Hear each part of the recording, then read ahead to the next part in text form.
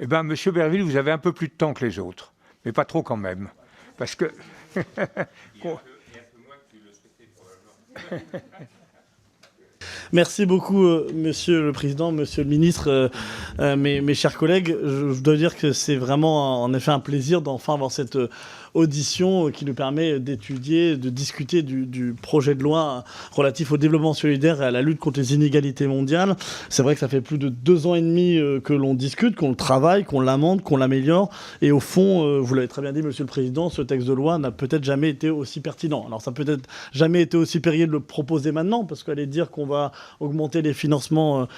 pour permettre notamment à des pays les plus pauvres d'aller avoir accès à des vaccins, c'est pas quelque chose de très populaire, mais je pense qu'on peut ici, et parce qu'on a travaillé, je pense, de manière transpartisane sur tous ces bancs, être satisfait du fait qu'il arrive quand même sur la table et de dire que dans ce contexte, au fond, où il y a un regain de nationalisme vaccinal, un regain de populisme, et de dire que la France et la Commission Affaires étrangères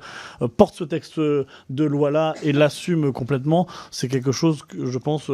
dont nous pouvons que nous satisfaire. Alors ce texte, bien évidemment, malgré les hauts et les bas, et je voulais vraiment remercier le ministre qui depuis 2 ans, je le sais, nous le savons, se bat en interministériel et malgré toutes les comment dire, les vicissitudes de la vie politique pour qu'il soit déposé en Conseil de ministres, le remercier, puisque on a là l'aboutissement aussi d'un engagement du président de la République de refonder la politique de développement solidaire pour qu'elle soit plus efficace pour agir contre la pauvreté, les inégalités et les changements climatiques, et d'atteindre le 0,55% du RNB d'ici 2022, objectif qui vraisemblablement sera atteint, voire dépassé. Ça d'ailleurs nous invite à nous questionner sur la pertinence de cet indicateur. Moi, vous savez que je ne suis pas un grand fanatique, et on le voit bien ici, que si on avait tenu simplement la logique du 0,55, eh bien la France aurait été même dans son droit de diminuer le volume. On fait pas simplement ça de ne pas le diminuer, mais on l'augmente. D'où le fait qu'il faut qu'on profite aussi de ce texte de loi pour se poser les questions de la manière dont on quantifie cette aide publique au développement, et si c'est toujours pertinent d'avoir une mesure qui date des années 60, dont on avait des visions qui étaient quand même pas du tout les mêmes que maintenant. Et au fond, on voit bien, et vous l'avez répété dans votre propos, que l'aide publique au développement est un pilier de la politique étrangère. Elle doit être alignée pleinement sur l'agenda 2030, elle doit être alignée pleinement sur l'accord de Paris, et au fond, elle est vraiment au croisement de ce que les Nations Unies appellent les 5 P, c'est-à-dire les questions de la paix, de la planète, de la prospérité, de la population et des partenariats. Et on voit bien que pour répondre aux défis globaux, pour trouver des solutions communes, eh bien, on ne peut pas se passer de cette politique de développement solidaire et de lutte contre les inégalités mondiales. Je profite aussi de votre présence ici, juste sur ce sujet, pour, bien évidemment, vous remercier, Monsieur le Ministre, non simplement d'avoir porté ce sujet, mais d'avoir mis votre patte. Je ne sais pas si c'est une patte bretonne ou une patte de l'orientais, mais sur la question, et vous avez pris l'engagement ici en 2017, puisque j'ai repris vos propos, sur le bilatéral, l'augmentation notamment pour les ambassades, sur la question de l'augmentation des dons, ça a été aussi effectué, sur la concentration sur les pays les plus vulnérables et les plus pauvres, on a aussi tenu l'engagement, et sur le réinvestissement dans les secteurs sociaux, la santé et l'éducation, et j'avais encore des auditions avec des partenaires, Action Santé Mondiale ou encore Coalition d'éducation, qui le disaient, on n'est pas satisfait de tout, mais on forçait de constater qu'après une décennie perdue de sous-investissement, depuis 2017, on réinvestit sur les questions de santé et d'éducation. Et puis aussi, et là ça me permet de remercier tous les collègues avec qui on a travaillé depuis longtemps, et on est satisfait de voir que la lumière est au bout du tunnel, on avait porté un certain nombre d'engagements, et vous l'avez répété, Monsieur le Président, sur une stratégie de long terme qui soit claire et lisible. Alors on fera le travail parlementaire pour peut-être qu'elle soit encore plus claire et lisible, cette stratégie, ou qu'en tout cas on soit collectivement satisfait de ce qu'il y a à l'intérieur, sur une trajectoire pluriannuelle, avec des vrais crédits budgétaires, de l'argent sonnant et trébuchant, et je crois que là aussi cette loi le permet, et ça tient beaucoup aussi à nos amis sénateurs, la préservation de l'expertise française malgré l'intégration dans le groupe AFD. On devra être vigilant et peut-être aller un peu plus loin sur un certain nombre de garanties pour faire en sorte que l'expertise française puisse être mobilisés par les administrations au-delà de la relation hiérarchique ou de filiale qu'il y a avec l'AFD. Et puis, c'est un élément qui, pour nous, est essentiel sur tous ces bancs, Monsieur le Ministre, c'est favoriser l'engagement des jeunes, reconnaître l'engagement de la société civile, des collectivités, aussi des acteurs de la diaspora. Et on peut dire que c'est présent dans cette loi. Et j'ai une pensée ici pour l'ancien ministre Jacques Godefroy, qui, le premier jour que je l'avais vu, m'avait dit je serais satisfait le jour où vous mettrez la question du volontariat de réciprocité dans cette loi. Il y est enfin. Ça fait plus de 15 ans qu'un certain nombre d'acteurs l'y attendaient. Et ça permet d'envoyer un signal aussi à nos partenaires, notamment africains, de dire que, au fond, cette relation de partenariat, elle ne va pas que dans un sens. Et on a beaucoup de choses à apprendre aussi de personnes qui vivent dans ces pays du Sud. Et on doit sortir de cette relation un peu, je dirais pas néocoloniale, mais en tout cas teintée de sentiments parfois de supériorité. Et donc cette disposition-là sur le volontariat de réciprocité donne à voir que la mobilité circulaire et que le partenariat peut se faire dans les deux sens. Et je pense notamment, et on le voit avec la question de la santé maintenant, on a beaucoup de choses à apprendre sur l'innovation dans ces pays-là.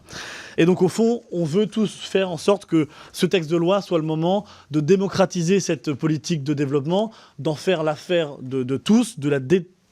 détechnocratiser et de faire que tous nos concitoyens puissent s'engager, avoir les moyens d'agir dans les pays partenaires pour lutter et pour s'engager sur les questions de climat, d'éducation, de santé, bien évidemment également d'éducation et tous ces sujets qui nous font nous lever au quotidien. Et quand on regarde le texte, on voit qu'il y a une richesse, il y en a pour tout le monde. Je pense qu'ici, tout le monde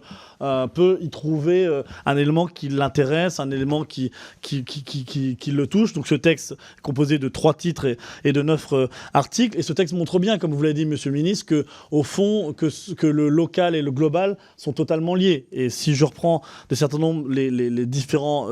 articles, donc il y a l'objectif, la question du contrôle du Parlement, la question de l'inclusion des ODD dans ce texte, la question du 1% transport qui touche nos régies ou en tout cas les autorités de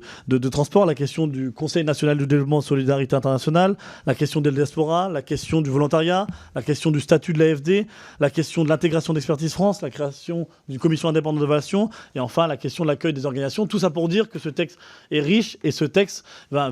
permettre sur tous les pans de cette politique de pouvoir apporter une amélioration, modification pour répondre à un triple objectif: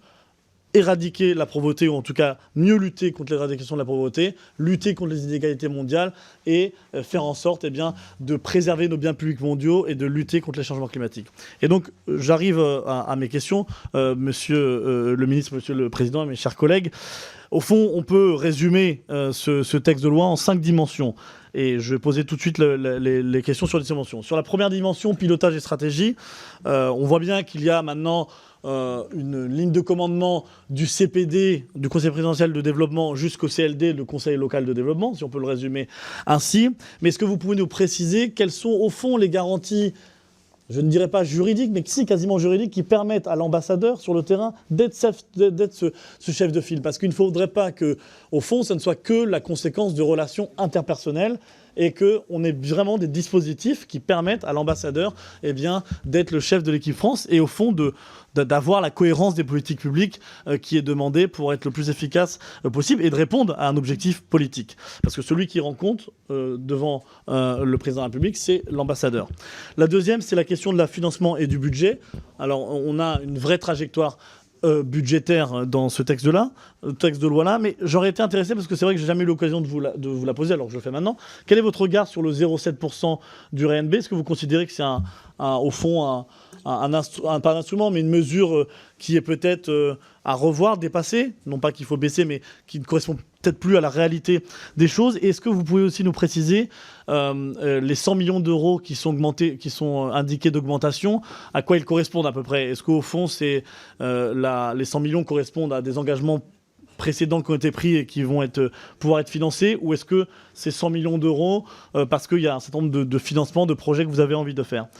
Le troisième sujet, c'est sur la question de la coopération, de l'engagement et au fond de remettre de l'humain dans cette politique-là. Et je voulais avoir votre avis sur, Monsieur le Ministre, sur quelles sont les garanties de la préservation de l'autonomie stratégique d'Expertise France dans l'intégration et comment vous pouvez nous garantir que Expertise France ne sera pas au fond le cheval de Troie de l'Agence française de développement pour aller peut-être sur d'autres secteurs qui ne sont pas les secteurs de l'APD ou pour aller sur d'autres territoires qui ne sont pas les territoires de l'Agence française de développement qui doivent se borner à aller dans les territoires définis par le cadre. Et puis, je me terminerai par une question, parce que vous avez répondu sur la question de l'évaluation de votre ouverture, c'est sur la question des partenariats. On voit bien qu'on veut donner plus de place au secteur privé, la société civile, aux collectivités. Et au fond, monsieur le ministre, pouvez-vous nous dire où en sont les discussions sur le 1,2% des collectivités ? Vous savez, le fait de ne pas compter les dépenses d'aide publique au développement pour les collectivités, pour ne pas les pénaliser, au fond, parce qu'on leur demande de faire des choses, mais ensuite, on pourrait les pénaliser. Est-ce qu'on a avancé sur ce sujet ? Et peut-être, et dernier petit point, parce que vous savez que ça me tient à cœur,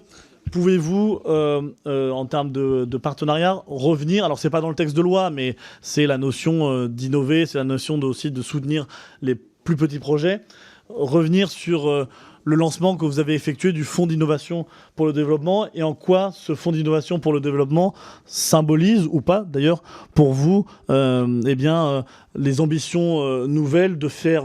mieux et de faire plus pour les pays partenaires pour, encore une fois, éradiquer la pauvreté, lutter contre les inégalités et préserver les biens publics mondiaux. Donc encore une fois, merci beaucoup, monsieur le ministre. Moment, et je vous laisse la parole. Bien, merci, monsieur le rapporteur.